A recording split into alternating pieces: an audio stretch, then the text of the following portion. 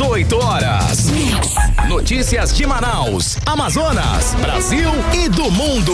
Agora na Mix. Legal, 6h02 em Manaus. Boa noite pra vocês, 100,7, sempre na sintonia certa. Começando mais uma edição do 18 horas. Eu e ela, hein? Nathalie Moraes. Oi, Nathalie. Boa noite, Carlão. Boa noite, ouvintes do programa. 18 horas até às 7 da noite. Nós temos um encontro marcado aqui na 100,7 com as principais notícias desse fim de semana e ao longo, né, desta segunda-feira e todos os destaques desta semana, Carlão. Mix. E aí, lembrando lá, Nathalie, sempre que o nosso querido ouvinte pode participar conosco, interagir aqui no 18 horas através do WhatsApp, que é o 994887592. Anote aí, participe, fique à vontade. É isso mesmo, a gente quer saber a sua opinião. O que você pensa sobre os assuntos abordados nas reportagens aqui no 18 horas? Manda um alô pra gente através do 994887592. Mix. Agora conferindo os destaques do programa 18 horas de hoje. Trabalhadores escravizados são resgatados em Maués pela Polícia Federal e outros órgãos. A Assembleia Legislativa dá início aos trabalhos de 2025 e governador anuncia 3 novas secretarias. Lula lidera todos os cenários para 2026, mas rejeição é de 49%. FAB derruba avião carregando 500 quilos de drogas no interior do Amazonas. Justiça barra tentativa de Defensoria Pública e autoriza a transferência da rodoviária de Manaus para o T6. Agora 6h04, você no melhor Mix do Brasil. Mix. Olha só, mesmo com o aumento do ICMS, os preços do combustível seguem estável na maioria dos postos de Manaus e isso parece bom, hein, Nathalie? Até o momento, a maior parte dos estabelecimentos não repassou o reajuste para o consumidor. Até quando? Carlão, é isso mesmo. A gente não sabe até quando isso daí não vai pesar no bolso. Mas a gente tem que comemorar porque até o momento, somente um posto de combustível localizado na Avenida Coronel Teixeira já aplicou esse aumento nas bombas, elevando o preço para R$ 7,09. Por enquanto, os motoristas continuam abastecendo sem grandes impactos no bolso, mas é claro que a gente vai seguir acompanhando toda essa situação, que é claro, né, Carlão, a gente sabe, não é de hoje, já vem trazendo prejuízos para quem precisa abastecer e no final do mês pesa na hora de fechar as contas. Com certeza, R$ 7,09. O litro da gasolina é realmente bastante caro. Mix. O Amazonas amanheceu hoje com mais um retrato cruel da exploração humana. Em Maués, trabalhadores foram resgatados de um garimpo ilegal e eles estavam sendo submetidos a condições análogas à escravidão, Nathalie. Exatamente. Esses trabalhadores eram submetidos a jornadas exaustivas, exposição a substâncias tóxicas sem nenhum direito garantido. Um cenário medieval em pleno século XXI. Tudo isso, Carlão, acontecendo no interior aqui do nosso estado. Nathalie, a Operação Mineração Obscura 2, realizada por diversos órgãos federais, foi além do resgate. Revelou o uso criminoso de cianeto na extração de ouro e a devastação ambiental bilionária. O garimpo subterrâneo desmontado é um dos mais antigos do Brasil. E pela primeira vez, a Polícia Federal conseguiu agir numa mina desse tipo aqui na região. E esse caso não é isolado. A Amazônia segue refém de quadrilhas que exploram recursos naturais e também a pessoas da nossa região sem nenhum tipo de escrúpulo. Enquanto os criminosos lucram milhões e milhões e milhões com ouro ilegal, os trabalhadores são cada vez mais tratados como descartáveis, vítimas de um ciclo perverso que mistura, infelizmente, Carlão, corrupção, descaso e a impunidade. Nathalie, quem acompanhou de perto essa operação foi o repórter André Meirelles. André Meirelles, que está aqui em nossos estúdios. André, boa noite. Olha, essa ação começou no dia 31 de janeiro e foi até ontem, domingo. Confere, né? Dá detalhes aí sobre esse assunto estranho. Exatamente, uma operação aí que começou no dia 31, na última sexta-feira agora de janeiro, terminou ontem, já dia 2 de fevereiro. Muito boa noite para você, Carlão, bem-vindo de volta. Boa noite, Nathalie, bem-vinda de volta também. Estavam aí nessas férias, né? Então sejam muito bem-vindos de volta aqui ao nosso programa. Queridão. Agora a gente vai falar sobre essa operação, Carlão, que aconteceu aí de forma integrada entre a Polícia Rodoviária Federal, o Instituto Chico Mendes de Conservação da Biodiversidade, o Ministério do Trabalho e Emprego e o Ministério Público do Trabalho e também a Fundação Nacional dos Povos Indígenas. Essa operação integrada, ela foi deflagrada aí a partir de denúncias de uma exploração de mão de obra degradante, claro, o uso de cianeto na extração ilegal de ouro, como vocês falaram agora no começo. E durante essa ação, os agentes, eles destruíram também 4 minas, 8 motores e 30 acompanhamentos, né? Na verdade, 30 acampamentos estavam ali no local e também foram todos destruídos aí durante essa operação. E essas investigações, elas revelaram que os trabalhadores, eles enfrentavam jornadas exaustivas. Tudo isso sem acesso a direitos básicos e também estavam expostos ali a vários riscos, né, do uso de substâncias químicas tóxicas ali por aquele local. Os trabalhadores, eles também eram obrigados a realizar a exploração do ouro através de uma modalidade chamada modalidade de poço, né, onde teriam que descer ali em buracos profundos, tudo isso para retirar o minério. E claro, isso aí acabava colocando em risco a vida de todos eles que estavam ali no local. Ou seja, Carlão, eles não tinham uma outra opção, eles faziam isso ou então não receberiam, ficariam ali com fome, sem comida, sem água. Inclusive, esse garimpo que foi alvo desta operação é um dos mais antigos do Brasil, sendo esta a primeira vez que a Polícia Federal realiza aí a desintrusão de um garimpo subterrâneo. A Polícia Federal informou que os danos ambientais já avaliados superam R$1 bilhão, considerando aí o desmatamento, a contaminação de lençóis freáticos e a degradação de áreas de preservação. E também, claro, sobre essa situação dos responsáveis também por ter feito esses trabalhadores escravos, a gente conversou com um especialista no assunto para que a gente pudesse entender como é que fica, como é a pena para esse crime de escravidão e também como fazer para denunciar. E a gente vai conferir agora na fala do advogado Emerson Siqueira. Olá, boa tarde. A Operação Obscura 2, que ocorreu em Maués, hoje, trata-se de um crime de redução à condição análoga à de escravo, do artigo 149 do Código Penal. A pena pode ser de 2 a 8 anos. Caso você identifique e queira denunciar alguém que está passando pelo trabalho escravo no Brasil, você pode ligar para o Disque 100 ou procurar o Ministério do Trabalho, que são as condições degradantes de trabalho, jornada exaustiva, trabalho forçado e cerceamento da liberdade. 18 horas. Tá, então, Nathalie, Carlão, a gente conferiu a fala do advogado Emerson Siqueira. Olha, em abril do ano passado, os órgãos federais, eles realizaram outra operação de combate ao garimpo ilegal em Maués, onde mais de 70 garimpeiros, eles foram encontrados em situação análogos à escravidão. Mas a gente tá falando aí desse garimpo de poço, Carlão. O que é isso? Sim. O garimpo de poço é uma modalidade de exploração de minérios que é feita aí através de túneis subterrâneos. E de acordo também com os especialistas, esse tipo de extração, ele produz assim, menos impacto ambiental, né?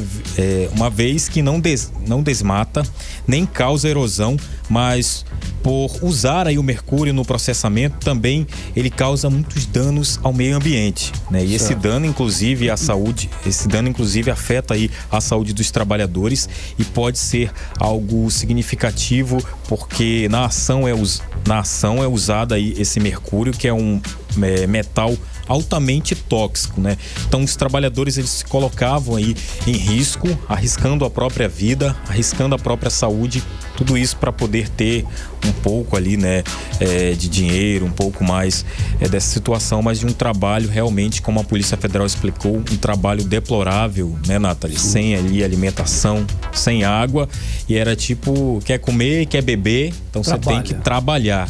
O trabalho não era fácil, né? Além de trabalhar ali praticamente dia e noite, ainda tinham aí que se submeter a esses metais aí, né, altamente tóxicos, Nathalie e Carlão. Beleza, André, agora 6h12, você no melhor mix do Brasil. Mix.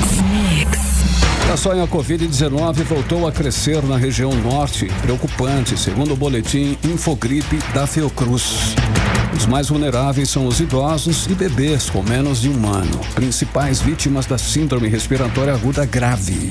Um assunto bastante preocupante, né, Carlão? Como você já adiantou, inclusive as nossas autoridades de saúde têm feito um alerta. A Fundação de Vigilância em Saúde do Amazonas confirmou para a gente que só no mês de janeiro foram registrados 309 casos de síndromes respiratórias aguda grave. Desse total, 108 casos estão ligados a vírus respiratórios e pelo menos 2 mortes foram registradas aqui no Amazonas. Ao vivo, a gente conversa agora com o repórter Kennedson Paes, que tem mais informações. Kennedson, boa noite para você, seja muito bem-vindo, meu amigo. Um assunto preocupante que acende um alerta, principalmente nesse período de inverno amazônico. Com certeza, Nathalie Moraes, muito boa noite para você, para o Carlão, para todo mundo que acompanha aqui o 18 horas na Mix. Nessa época do ano, Nathalie, com certeza esse índice de casos eles aumentam bastante. Daqui a pouco a gente vai falar justamente sobre esse tipo de situação com o próprio diretor da Fundação de Vigilância e Saúde, mas é importante a gente ressaltar que nesse período, é claro que essas doenças elas acabam influenciando bastante nesta época do ano, principalmente por conta do inverno amazônico. A Covid-19, que já é um fantasma que assolou tanto aqui o nosso estado do Amazonas, agora voltou à tona e mostrou para todo mundo que ela está de volta, e já temos ali somente nesse período de janeiro deste ano 2 casos de morte registrados ali por conta de complicações da Covid-19. Isso daí acende um alerta para todos nós. Segundo a Fundação de Vigilância e Saúde, os mais afetados são esses idosos a partir de 60 anos e também as crianças que são ali menores de 2 anos, menores de 1 ano na realidade. Então, as crianças recém-nascidas, elas têm um pouco mais de limitação, e é claro que nessa fase também, você como é mãe, Nathalie, sabe o quanto é difícil nessa época em que a criança, ela não apresenta sinais claros ali o que está acontecendo. Ela chora, às vezes a gente imagina que seja por chateação, posição que está dormindo, às vezes é uma vontade de mamar, às vezes é uma vontade de trocar de posição. Então, nessa fase a situação fica ainda mais preocupante. E exatamente sobre isso, a gente falou com o Alexandro Melo, ele que é diretor da Fundação de Vigilância e Saúde, e mencionou que nessa época do ano já existia inclusive uma previsão de alta, só que esses números estão assustadores. Vamos ouvir agora o Alexandro Melo, diretor da Fundação de Vigilância e Saúde. O vírus do Covid-19, ele circula durante todo o período do ano, mas é esperado um aumento em algumas épocas do ano, ou seja, ele apresenta alguns picos durante o transcorrer do ano. Atualmente, nós nos encontramos no período sazonal dos vírus respiratórios, então é esperado um aumento nesse vírus. 18 horas. E não é só isso, o boletim da Infogripe da Fiocruz também mostrou que o coronavírus ele ainda é o principal responsável pelas infecções respiratórias aqui no nosso estado do Amazonas, superando vários outros vírus, como ali o rinovírus e também o adenovírus. Aqui no Brasil, esses números são ainda mais assustadores, Carlão e Nathalie também. Nós temos até o dia 25 de janeiro, gente, 900 casos graves registrados de síndrome respiratória por Covid-19. E aí desse número, sabe quantas pessoas morreram? Mais de 280 pessoas. E ali desse número de 280 pessoas, foram ali 225 mortes por Covid-19. Então, isso chama muita atenção e vale muito a pena a gente reforçar que a principal forma de a gente combater a Covid-19 é se vacinando. É o que conta novamente agora Alexandro Melo, diretor da Fundação de Vigilância e Saúde. Vamos ouvi-lo. A rede de saúde, ela está preparada para atender os pacientes. a Fundação de Vigilância, junto à Secretaria de Estado de Saúde, realizaram um trabalho em todas as portas de urgência e emergência para que o paciente seja atendido e que, na classificação de risco, ele seja priorizado o seu atendimento. A vacina da Covid-19 ela está disponível para a população dentro das faixas etárias específicas para essa imunização. 18 horas. Além dessas informações que a gente acabou de noticiar agora com o Alexandro, a gente também tem algumas ações que a gente precisa tomar diariamente que pode também evitar esse vírus. Vou repassar aqui algumas delas. Por exemplo, você precisa higienizar bem as suas mãos, lavar bastante as mãos para evitar ali bactérias. Também pode evitar aglomerações. Lembra da época da Covid-19, quando estava mais intenso? Então, a gente precisa evitar ao máximo essas aglomerações. Também se tiver sintomas gripais e você precisa utilizar ali as máscaras de segurança para você evitar, até mesmo ficar compartilhando aí esse vírus que você nem sabe dizer se é uma gripe, uma rinite, enfim, é melhor evitar. Outro passo também, hidratação. É muito importante que você beba bastante água, gente. Isso ajuda bastante para ajudar o seu organismo a se imunizar dessas doenças gripais que acontecem nesse período do ano. E se a situação piorar, precisa procurar obrigatoriamente ali uma unidade hospitalar, né, para sua segurança, para sua garantia que você vai ficar bem. Agora, lembrando que as pessoas prioritárias para tomar a vacina desse ano são crianças ali de 6 meses até 5 anos. Além disso, também tem as pessoas que têm imunocomprimidas, devem receber essa nova dose a cada 6 meses. As grávidas devem tomar uma dose durante a gestação. E as pessoas que fazem parte de algum grupo vulnerável, como indígenas, quilombolas e pessoas com deficiência ou comorbidade, devem tomar pelo menos uma dose de reforço ao ano. Carlão. Legal, Kennedy Paz. 6h18, você no melhor mix do Brasil. 18 horas. Olha só, a Assembleia Legislativa do Amazonas abriu oficialmente hoje o ano legislativo de 2025 com a posse da nova mesa diretora. A cerimônia aconteceu no plenário Rui Araújo e contou com a presença do governador Wilson Lima, que apresentou suas mensagens governamental aos deputados estaduais. Nathalie. Essa nova composição da mesa diretora mantém Roberto Cidade na presidência, mesmo após um impasse jurídico, Carlão. Ele assume o cargo pela 3ª vez consecutiva, tendo ao seu lado parlamentares como Adjunto Afonso, Abdala Frache, Joana Dark nas vice-presidências, além de Alessandra Campelo na Secretaria-Geral. Olha só, a reeleição de Roberto Cidade foi marcada por questionamentos na Justiça. Em outubro de 2024, o ministro Cristiano Zanin, do Supremo Tribunal Federal, o STF, chegou a suspender a votação que garantiu a permanência do parlamentar no comando da casa, determinando a realização de novas eleições. Mas a posse ocorreu normalmente e Cidade reforçou durante o seu discurso que sua gestão será pautada pelo diálogo e pelo compromisso com a população amazonense. Inclusive, o governador Wilson Lima também discursou na solenidade, destacando suas prioridades para o ano de 2025. Entre as principais promessas do governo para este ano estão a padronização das unidades de saúde do estado no modelo do Hospital Delfim Aziz, a ampliação de equipamentos hospitalares e também a construção do Hospital Geral de Inhamundá. Já o Roberto Cidade anunciou uma série de iniciativas que serão implementadas nos próximos meses.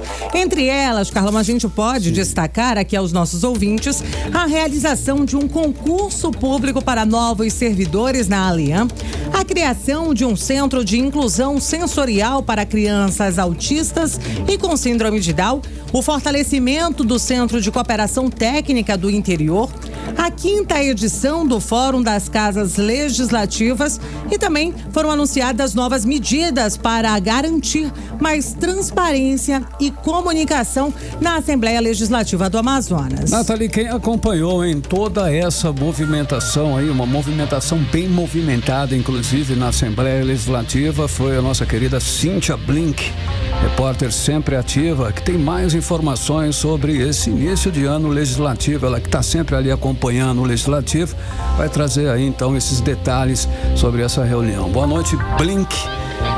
Do que você pode... Boa noite, Carlão. Boa noite, Carlão. Bem-vindo, você e Nathalie, né? Legal. Obrigada. O André já deu o flagrante, que vocês estão voltando de férias, então eu vou entrar no time, mas vambora.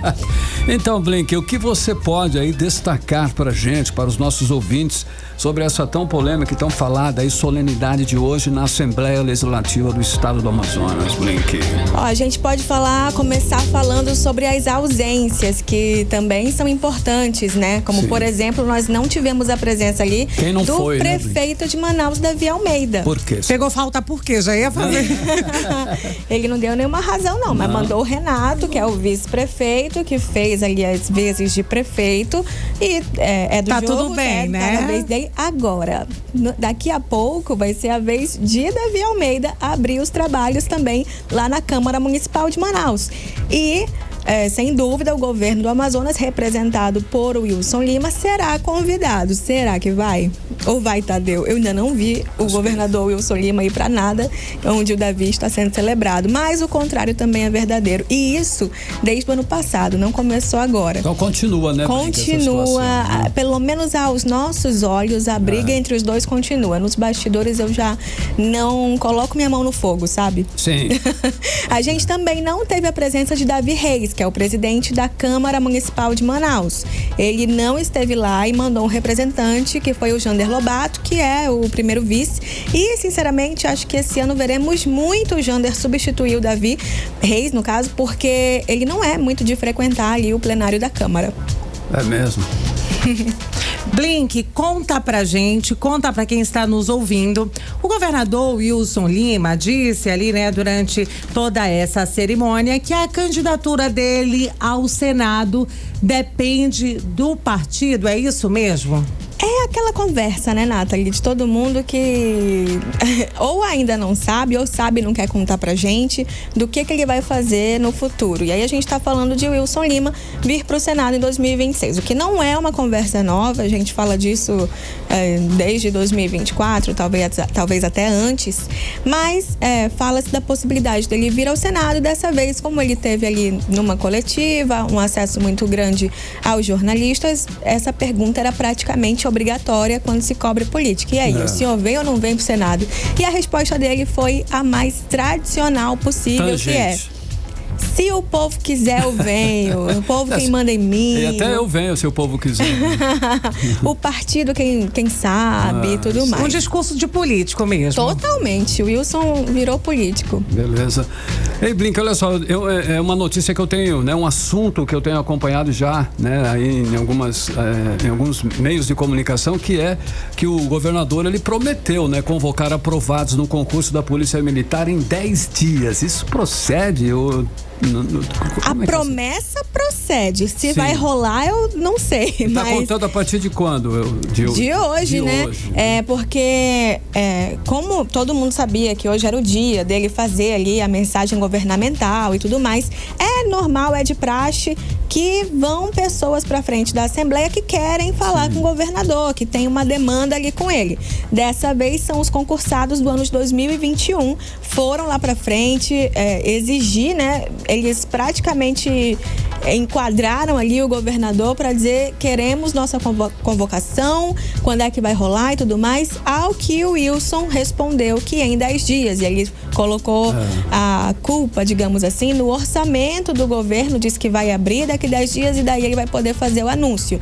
Nisso que ele foi ser pressionado, né, sobre essa convocação, ao dar essa resposta, ele passa a ser aplaudido, assim, realmente parecia que tinha um líder de torcida ali dizendo: agora bate, agora aplaude, agora, sabe, foi muito automático. Então ele conseguiu realmente reverter, pelo menos naquele momento. Agora, a pergunta que você me faz é se vai rolar de fato. A gente vai ter que esperar aí os dias pra saber. 9 a contar de amanhã ou de hoje será? Em 10 Eu não sou boa com número, Carlão. Toda vez eu erro essas coisas, mas a gente vai dar 11, né? Pra dar um tempo a mais. Vamos começar a contar dessa terça-feira, né? E aí a gente faz a conta ali direitinho. Daqui a 10 dias a gente volta a cobrar o governador sobre essa situação. Vamos lá, então. Beleza. Quando der o dia, eu vou fazer que nem ano novo. 10, 9, 8. Exatamente. Blink, vamos voltar a falar de Senado? Isso porque a região norte ficou bem representada com a eleição aí do Davi Alcolumbre, do União Brasil do Amapá. É isso mesmo? Ficou ou não ficou? No Senado, porque ele é do Amapá, né? O Alcolumbre é do Amapá. E no Senado a gente tem realmente uma posição confortável ali, né? Com o Omar Aziz, com o Eduardo Braga. Eles têm um grande trânsito e tudo mais. E participaram muito dessa eleição. Agora, na Câmara Federal, a vida não é tão fácil e boa para nós, viu? Porque não só não teve do Amazonas, como não teve ninguém do Norte na mesa diretora inteira. Não é o presidente. Foi limado, então, os amazonenses, nortistas de um modo geral, é isso? É isso. E aí, mostrando pra gente que talvez a vida não seja tão fácil dentro da Câmara dos Deputados, onde nós temos hoje 8 representantes, né? Que é pouco, né? Bem pouco, né? É, quase nada. A esperança é que isso mude pro ano que vem, porque por causa do censo, né? Então, passe a ser 10. Isso vai fazer com que aumente o número de deputados estaduais por aqui também. E algumas cidades o número de vereadores vai variar, onde a população foi maior de acordo com o último censo. Sim. Mas por hora somos 8. Se passar a ser 10 também não é tanto assim. Porque aumenta outros lugares também, né? Vai ser aumenta e outros diminui. Por conta. Diminui, porque no fim tem que bater o 513. Exatamente. Aí o que acontece? Os nossos parlamentares, eles têm que ser muito aguerridos, têm que conseguir fazer milagre ali sendo pouco. E estavam conseguindo até outro dia. Nós tínhamos ali representantes que conseguem, né, ter posições que faz diferença e tudo mais. Mas agora a vida para o Amazonas dentro da Câmara dos Deputados não promete ser muito fácil, não. O que é um problema gigante, claro, para toda a questão sobre o Amazonas, mas principalmente para o nosso principal assunto federal. Né, Zona Franca de Manaus. Isso que eu ia te falar. As nossas questões aqui, elas são bastante difíceis, né? Para serem resolvidas apenas por 8 guerreiros, né? Porque, isso. Realmente não é uma situação difícil. Por isso que tem que contar com um time maior do que o número de parlamentares. Claro que são eles que votam, que estão ali, mas governador pode agir, prefeito pode agir, outros parlamentares daqui podem usar. Pode agir, né? Pode pressionar. Sociais, pode e deve, né? E deve, é uma obrigação, não é nem um favor que está sendo feito, não, porque mas até agora a gente tem encarado aí todas as brigas contra a Zona Franca e conseguido sair mantendo as vantagens que nós precisamos ter para continuar existindo aqui o nosso modelo econômico. Nós temos pessoas bem posicionadas, inclusive, lá, né? No Senado também, tá bacana. No Senado mas eu acho que é um ponto de alerta ali para a Câmara dos Deputados. Já ficar esperta. Olha, aquela situação, aquela fusão entre o PSDB, o partido PSDB e o PSD, esfriou? Vai rolar? Como é que tá essa situação, Blink? Então, até outro dia, o PSDB tinha somente o Plínio Valério como senador. Então, o Plínio, vamos só lembrar, o mandato de senador, ele dura 8 anos. Quando o Plínio chega ao Senado, há 8 anos praticamente, né, 7 anos aí, o PSDB era de um tamanho. E E ele era enorme, né? O tucano já virou um passarinho um pouco menor, né? Virou um pardal. Eu falei demais. E aí... Não, foi mal. Eu acho que estávamos com saudade desse seu jeitinho, viu? Do seu sincericídio, né, Carrão? E aí, Plínio, veio essa possibilidade de unir ali o PSDB de Plínio Valério, outrora de Arthur Virgílio Neto, mas que não tá mais nesse partido, e unir com o PSD de Omar Aziz. Sim. Ao que Plínio respondeu que não faz sentido. Gente, imagina o Plínio, que é bolsonarista, junto com o Omar, que gosta de se vender como braço direito de Lula, praticamente assim. Sim, é o governo PSD, né? Um dos maiores partidos do governo hoje, né? Junto com o MDB, né? E principalmente vindo aí uma eleição, como é que ficaria a situação de Plínio Valério? Então, obviamente, ele foi contra esse movimento, né? Completamente contra. Disse que o PSD é grande, sim, que o PSD tem razões para tem recursos, razões e tudo mais para seguir sozinho, e que se houvesse essa união, ele sairia, ele não continuaria no partido, ia buscar lugar em outro canto. E acho que ele seria muito bem acolhido ali, por exemplo, pelo PL. Sim. Receberia ele de braços abertos, o que seria um problema para Alberto Neto, que fala-se aí, não é nem bastidores mais, né, publicamente fala-se que virá para o Senado. Então, pro Plínio Valério, essa história não pegou bem. Ai, perdão, quero espirrar. Acontece. Essa história não pegou bem e esfriou essa possibilidade dessa união, viu? E sem contar que agora mais pessoas se afiliaram ao PSDB e ele deu uma... Eu não vou falar crescida. Assim, um gásinho. Deu um gás. Então ele, nesse movimento de quase morrer, ele tá respirando. Né? Sobrevive com a ajuda. Sobrevive. Gente, só uma coisa, voltando à pergunta, acho que que me fizeram sobre o que eu vi por lá na leitura da mensagem do governo. Eu falei das ausências, mas teve presenças também, como por exemplo de ex-vereadores, como Glória Carratti, que foi vereadora por muitos anos, mas não retornou à Câmara, e do Caio André, que foi até presidente da Câmara Municipal de Manaus, e eles se fizeram presentes lá, e não só isso, como fizeram toda a questão do mundo de tietar o governador, fizeram foto lá dele e tudo mais. Legal. E isso foi muito observado por todos, que olha só, o pessoal sem mandato está ali. Pois é, o pessoal não pegou nenhuma beira na prefeitura, nada? No governo seria. No governo. E Caio André teve aquela situação de poder ser secretário de Cultura. Aí depois falou-se que a mudança nas cadeiras ali para preencher aquelas 3 secretarias novas pode fazer o Caio retornar à Câmara Municipal. Agora a Glória Carratti ainda não estou sabendo de nada sobre encaixá-la ali, mas vou ficar de olho depois de tantos abraços. Valeu, Cíntia Blanca. Volto com mais informação amanhã. É isso. Tá bom, ainda 6h33, você no melhor Mix do Brasil. 18 horas. Olha só, ainda no retorno do ano legislativo, trabalhadores da educação ligados ao Sindicato dos Professores e Pedagogos da capital realizaram manifestação hoje, hein? Olha só, em frente à Assembleia Legislativa do Amazonas para cobrar o pagamento do precatório do Fundef da SEDUC, a Secretaria de Educação do Estado. Nathalie. Olha, Carlão, eles aproveitaram a presença do governador Wilson Lima na casa e tentaram conversar com ele. O presidente também da Alean, eles tentaram ali ouvir e serem ouvidos pelo Roberto Cidade, mas infelizmente nenhum nem outro acabou ali, né, atendendo a demanda desses trabalhadores. Natália, a repórter Rodinei Araújo, ela tem aí mais detalhes sobre esse assunto pra gente. O que aconteceu para que os manifestantes não conseguissem contato com o governador?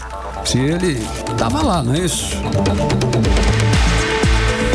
Bom, o que aconteceu foi que a Polícia Militar mandou boa parte de seu efetivo para a Assembleia Legislativa do Amazonas para conter os professores e pedagogos. Essa tática, aliás, tem sido adotada para impedir a proximidade de qualquer trabalhador do Estado que esteja reivindicando seus direitos e até mesmo para conter familiares de pacientes atendidos pela Central de Medicamentos do Amazonas, como a gente verificou ano passado, quando a Polícia Militar cercou a SEMA para impedir a entrada de familiares que foram em busca de remédios.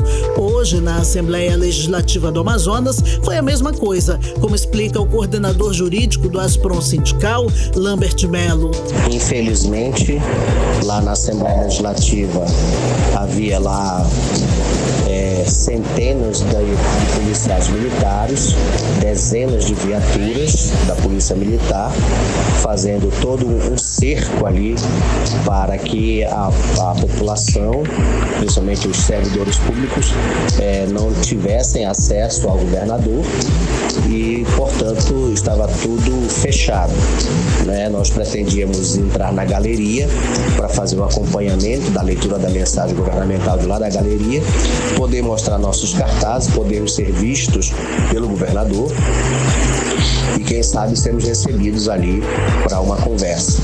Mas nós não tivemos condições nem de entrar na galeria, porque a galeria estava trancada com a proteção da Polícia Militar e onde só entrava nessa galeria os que estavam na relação de convidados do governo.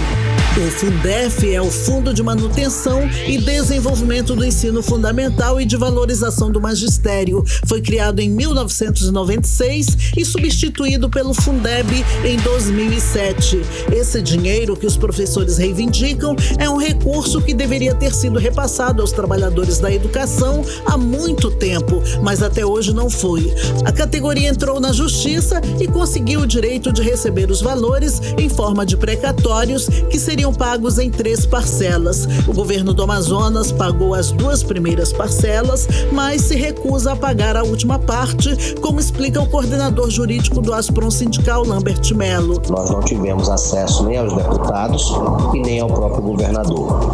Então, de uma forma autoritária, de uma forma arbitrária, antidemocrática, o governador evitou qualquer contato com o povo que lhe fizesse as cobranças, né? Que lhe fizesse ver que ele não está cumprindo com os seus compromissos e com as suas responsabilidades. E nós, infelizmente, não tivemos nenhuma resposta para os nossos pleitos, que seria aí o pagamento da terceira parcela do Fundef e a abertura de mesa de negociação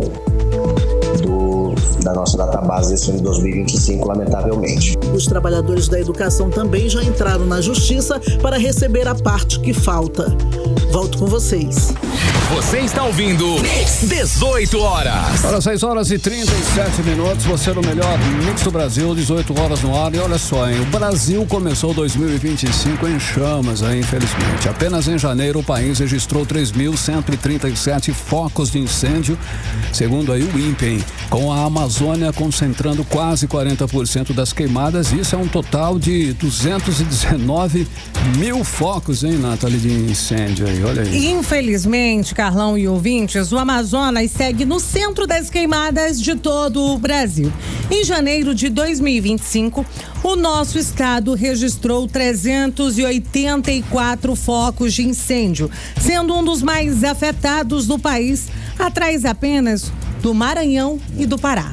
Olha só, no total, a Amazônia concentrou 38,9% de todas as queimadas do país, do Brasil, com mais de 219 focos detectados pelo INPE. São 219, é bastante. E o fogo avança e a destruição, é claro, cresce, reforçando o alerta para a pior crise ambiental dos últimos anos. Que situação.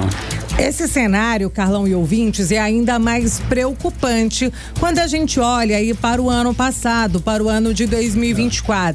Quando o Brasil, infelizmente, encerrou o ano com 278.299 focos de incêndio.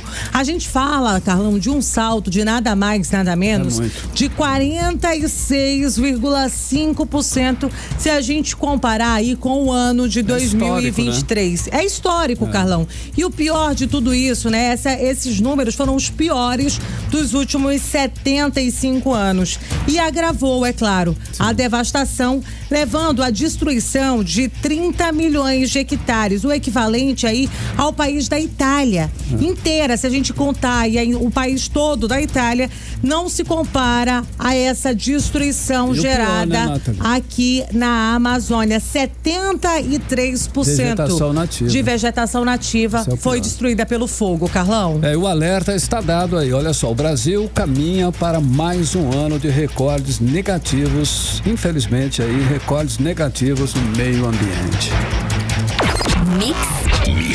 Olha, são 6 horas e 40 minutos. Atenção, você que está nesse momento no trânsito aí, né? A Nathalie Moraes tem algumas informações aí sobre as principais vias de Manaus. Trânsito. Neste momento, temos um trânsito tranquilo na Avenida do Turismo, no sentido aeroporto. Já na Avenida Djalma Batista, com a Rua Pará, temos o trânsito moderado, mas que não apresenta obstáculos na via. Já na Avenida Humberto Calderaro, com a Rua Teresina, o trânsito segue dentro da normalidade. E na Avenida Mário Ipiranga, na zona centro-sul aqui da nossa capital, próximo ao Ministério Público e ao Tribunal do Trabalho, o trânsito segue sem nenhum tipo de retenção, com fluidez na noite desta segunda-feira. Carlão. Mix. Olha só, Rio Negro, hein? Surpreende e para de subir em Manaus. Que isso? Detalhes em instantes pra você. Você vai saber já o porquê que ele tá parando. 18 horas. E agora, hein? Agora nós vamos conferir a previsão do tempo. É tempo e temperatura para amanhã, terça-feira. E aqui em Manaus, detalhes com Nathalie Moraes. Previsão do tempo. Carlão e ouvinte, segundo o Clima Tempo, nesta terça-feira o clima aqui na nossa capital deve permanecer nublado com chuva pela manhã. Já pela tarde pode ter ali uma breve garoa e o tempo deve abrir no finzinho do dia. Já à noite promete ser chuvosa, a noite dessa terça-feira. A mínima aí fica na casa dos 24 graus e a máxima de 29 graus. Ou seja, Carlão, a gente deve ter uma terça-feira com aquela famosa friagem, boa, como a gente costuma falar por aqui. Eu gosto. Mix. Olha, o nosso Rio Negro parou de subir simplesmente. De ontem para hoje, o nível das águas permaneceu parado.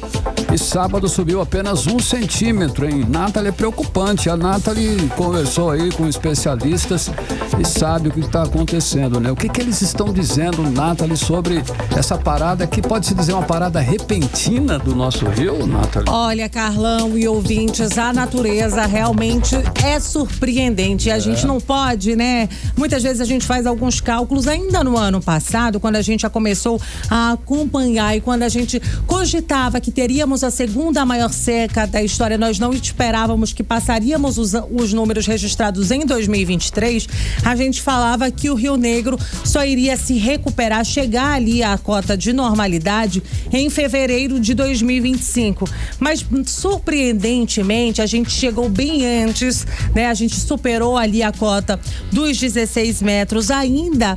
No mês de dezembro de 2024, a gente começou o ano de 2025 com o Rio Negro subindo mais de 3,80 metros e nos últimos 2 dias a gente teve aí uma estagnação aqui na nossa capital, isso logo depois da gente bater aí a maior seca registrada dos últimos 120 anos.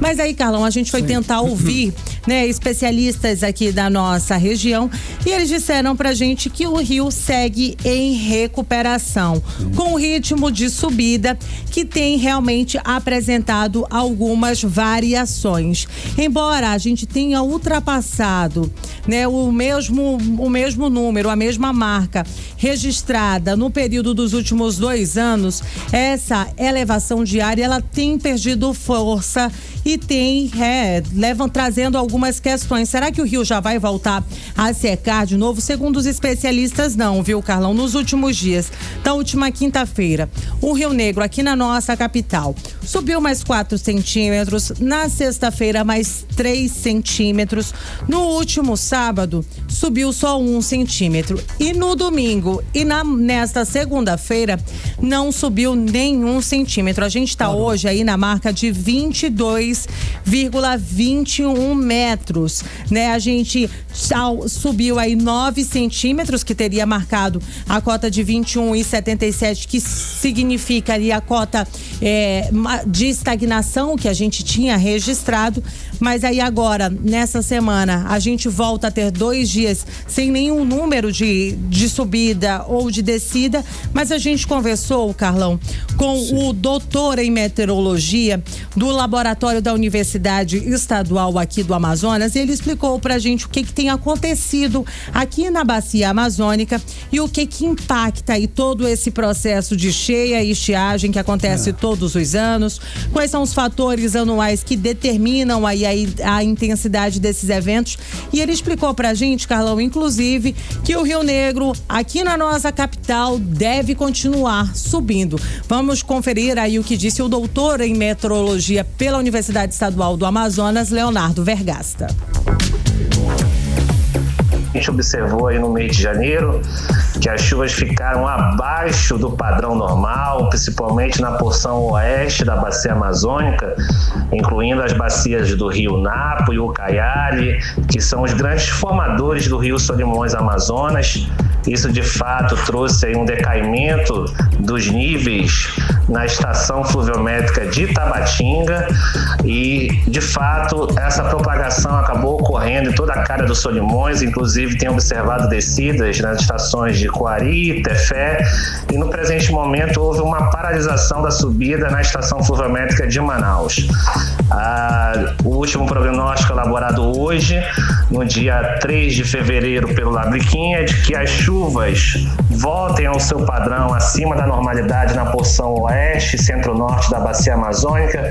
Isso, de fato, vai acabar influenciando aí nas subidas novamente dos rios para os meses de fevereiro e março, e a expectativa é de que as cotas fiquem dentro do seu padrão normal. 18 horas.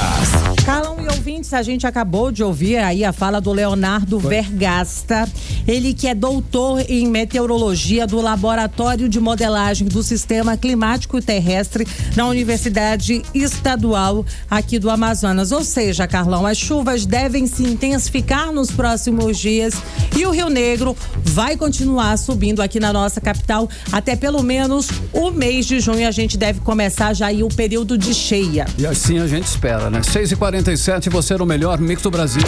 Mix. Olha só, a Força Aérea Brasileira, a FAB, né? Todos nós conhecemos. Derrubou nesse domingo um avião carregando 500 quilos de drogas no interior do Amazonas. Foi uma ação conjunta da FAB com a Polícia Federal e nosso repórter Kennedson Paz tem aí os detalhes.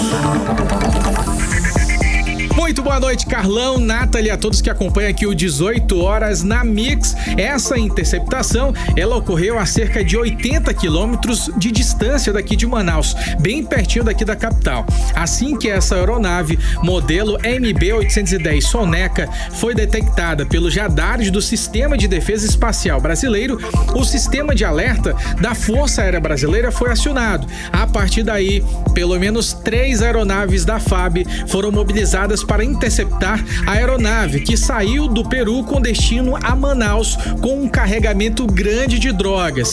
Essa ação foi monitorada ali pela FAB e seguiu todos os protocolos de segurança estabelecidos pelas medidas de policiamento do espaço aéreo.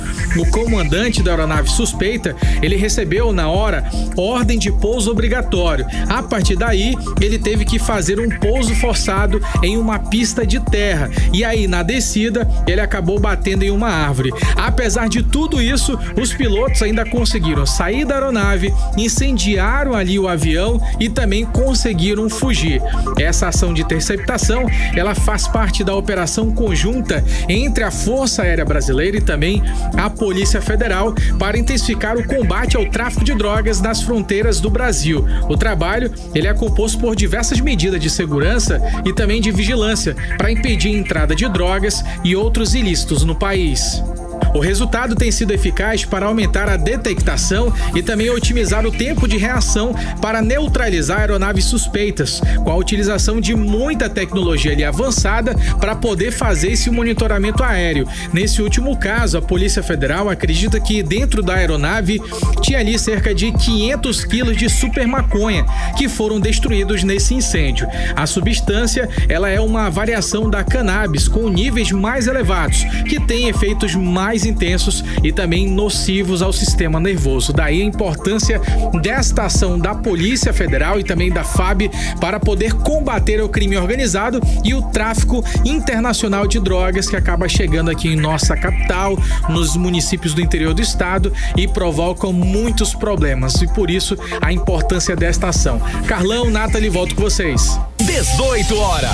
Legal, Kennedson Paz, obrigado pela participação. 6h49, você no melhor mix do Brasil. E olha só, o prefeito Davi Almeida esteve nesta segunda-feira na zona leste da capital. Ele foi lá vistoriar as obras do Parque Encontro das Águas, ali no bairro Colônia Antônio Aleixo. O projeto é assinado pelo icônico arquiteto Oscar Niemeyer, que passa aí por ajustes urbanos conduzidos pelo Implurb para a modernização da infraestrutura importante. E o repórter André Meirelles acompanhou a vistoria e traz pra gente agora todos os detalhes. Boa noite, Nathalie, Carlão. Olha, o parque ocupa um dos pontos mais privilegiados da cidade e que oferece aí uma visão única do fenômeno do encontro dos rios Negro e Solimões, onde as águas elas não se misturam. Atualmente, os trabalhos eles estão concentrados em uma tecnologia avançada, isso para garantir maior segurança e durabilidade à construção.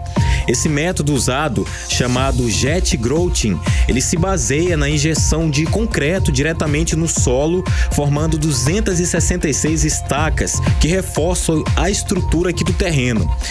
São equipamentos especializados como perfurizatrizes que estão sendo utilizados aí para execução dessa etapa que já alcançou 60% da conclusão. Eu também acompanhei o prefeito de Manaus, Davi Almeida, que durante essa vistoria ele destacou a importância do investimento no turismo para o desenvolvimento da cidade. Vamos acompanhar. Essa gestão está construindo esse parque para que nós possamos atrair o turismo para cá, atrair o turista e, sem dúvida alguma, contemplarmos essa maravilha da natureza que Deus nos deu, que é o encontro das águas. Nós temos que explorar as potencialidades naturais da nossa cidade. E o encontro das águas, o lugar mais bonito para se observá-lo é daqui, em cima desse mirante, como vocês estão vendo aqui. Então, essa é a temática da prefeitura, poder melhorar os espaços turísticos para atrair mais gente para nossa cidade. Nathalie, Carlão, a gente conferiu a fala do prefeito de Manaus, Davi Almeida, falando aí sobre esse projeto, que é um projeto original do Niemeyer, que foi desenvolvido em 2005 e prevê a construção de um museu e um restaurante embutido no talude. O museu ele vai contar com uma cúpula de concreto e 2 lâminas coloridas, uma preta e outra amarela, representando respectivamente os 2 rios, Negro e Solimões. Eu também conversei com o engenheiro responsável por essa obra, que é o Leandro Ladeira, que destacou os desafios da execução do projeto. Vamos acompanhar. O desafio já está aí, né? Em poder construir e executar uma obra que foi projetada pelo nosso arquiteto nomeado aí, Oscar Niemeyer, né? Em um local aqui de difícil execução, de uma contenção bem alta, bem íngreme, né? Demanda aí uma mão de obra especializada para esse tipo, um cuidado maior para esse tipo de execução, né? Nós temos outro fator aqui que é um sítio arqueológico aqui nesse local. Então, Nathalie, Carlão, a gente conferiu a fala do engenheiro responsável por essa obra, Leandro Ladeira. É uma obra aí com uma área total de mais de 120 mil metros quadrados. O Parque Encontro das Águas ele foi concebido como espaço urbano integrado à natureza, respeitou também a topografia do terreno. Essa obra ela conta com um acompanhamento arqueológico e todas as licenças ambientais que são necessárias, incluindo também o licenciamento junto ao Instituto de Patrimônio Histórico e Artístico Nacional. Essa área destinada à implantação do parque é de mais de 17 mil metros quadrados e está sendo preparada para receber visitantes com infraestrutura moderna e, claro, sustentável. A expectativa da prefeitura é que o Parque Encontro das Águas se torne um dos principais pontos turísticos da região norte para oferecer, claro, um espaço de contemplação com cultura e lazer para moradores e turistas. Nathalie, Carlão. 18 horas. Muito bem, agora 6 horas e 54 minutos. Começou hoje a campanha de mobilização contra a dengue nas escolas de todo o Brasil. Coordenada pelos Ministérios da Educação e da Saúde, a proposta é conscientizar sobre a urgência de enfrentar o Aedes aegypti e prevenir ainda mais as doenças transmitidas por ele. Nathalie. Olha, Carlão, em nota, o Ministério da Educação informou que as atividades serão desenvolvidas ao longo de um período de 10 semanas em todas as redes de ensino e também na rede de saúde. Sim, a dengue está em alta, hein? Então todo cuidado é pouco, temos que superar aí os números 2024. Segundo a Fundação de Vigilância em Saúde, tem que estancar esse processo. Só nas 3 primeiras semanas de janeiro foram notificados 169 casos e tem que diminuir casos confirmados, com 2 casos, inclusive em estado grave. No total, Carlão, aqui no Amazonas, foram 705 notificações de arboviroses. Eu tô falando aí de casos casos, que incluem o quê? A chikungunya, com previsão de mais chuvas e mais calor, a gente sabe, essa situação se agrava e os números, infelizmente, só aumentam. E o alerta já está dado. É hora de reforçar os cuidados e eliminar os criadouros do mosquito Aedes aegypti. Mix. Economia.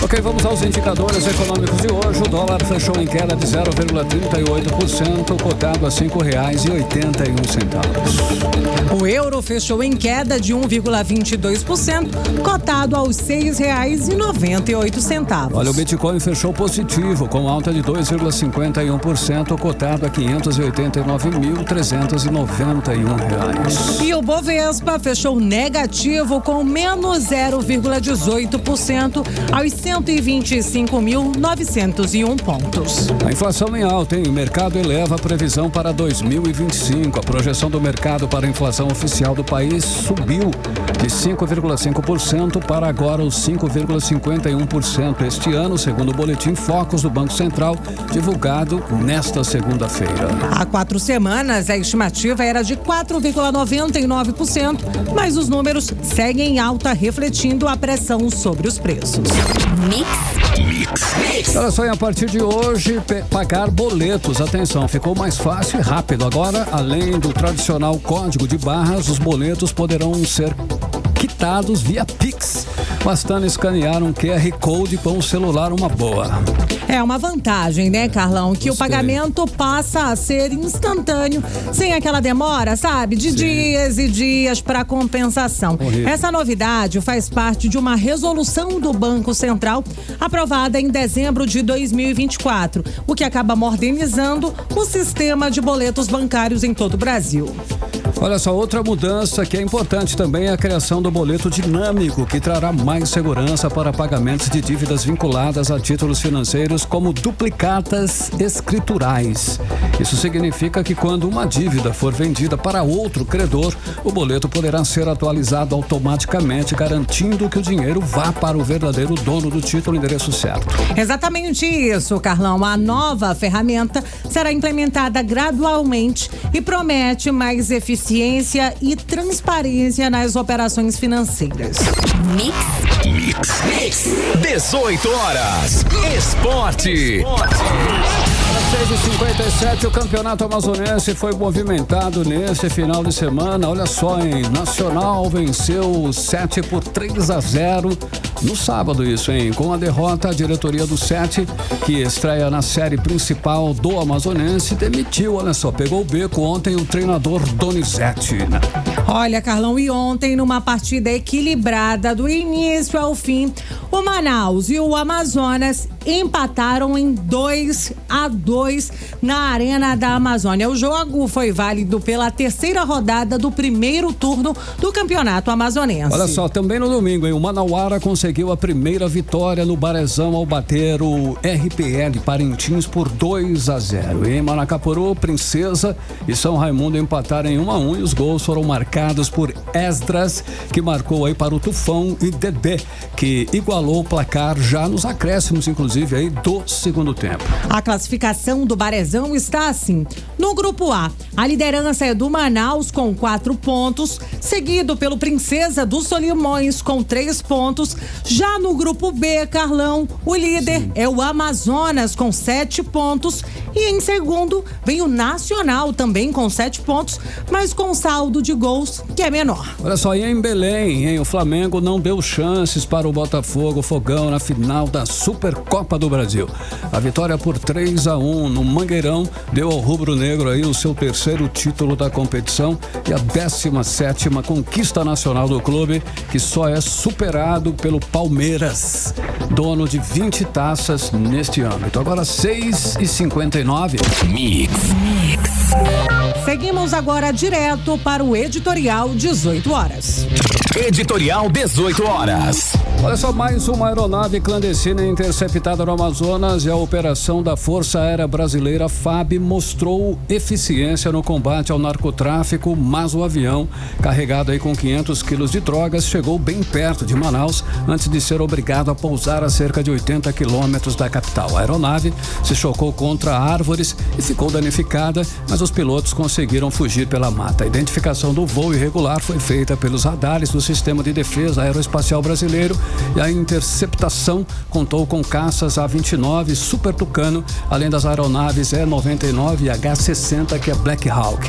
A tecnologia e os equipamentos da FAB não deram chances aí aos traficantes.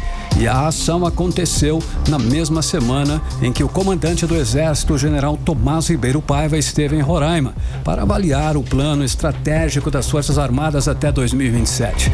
Essas operações reforçam que o Brasil segue avançando na defesa do Amazonas e da Amazônia e também no combate ao crime organizado na região. Agora são 7 horas em ponto e você está no melhor mix do Brasil e a gente volta com você amanhã em mais uma edição do programa 18 horas. Boa noite, até amanhã. Tchau, tchau. Tchau, tchau. Você está na Mix, o melhor mix do Brasil. Rádio Mix.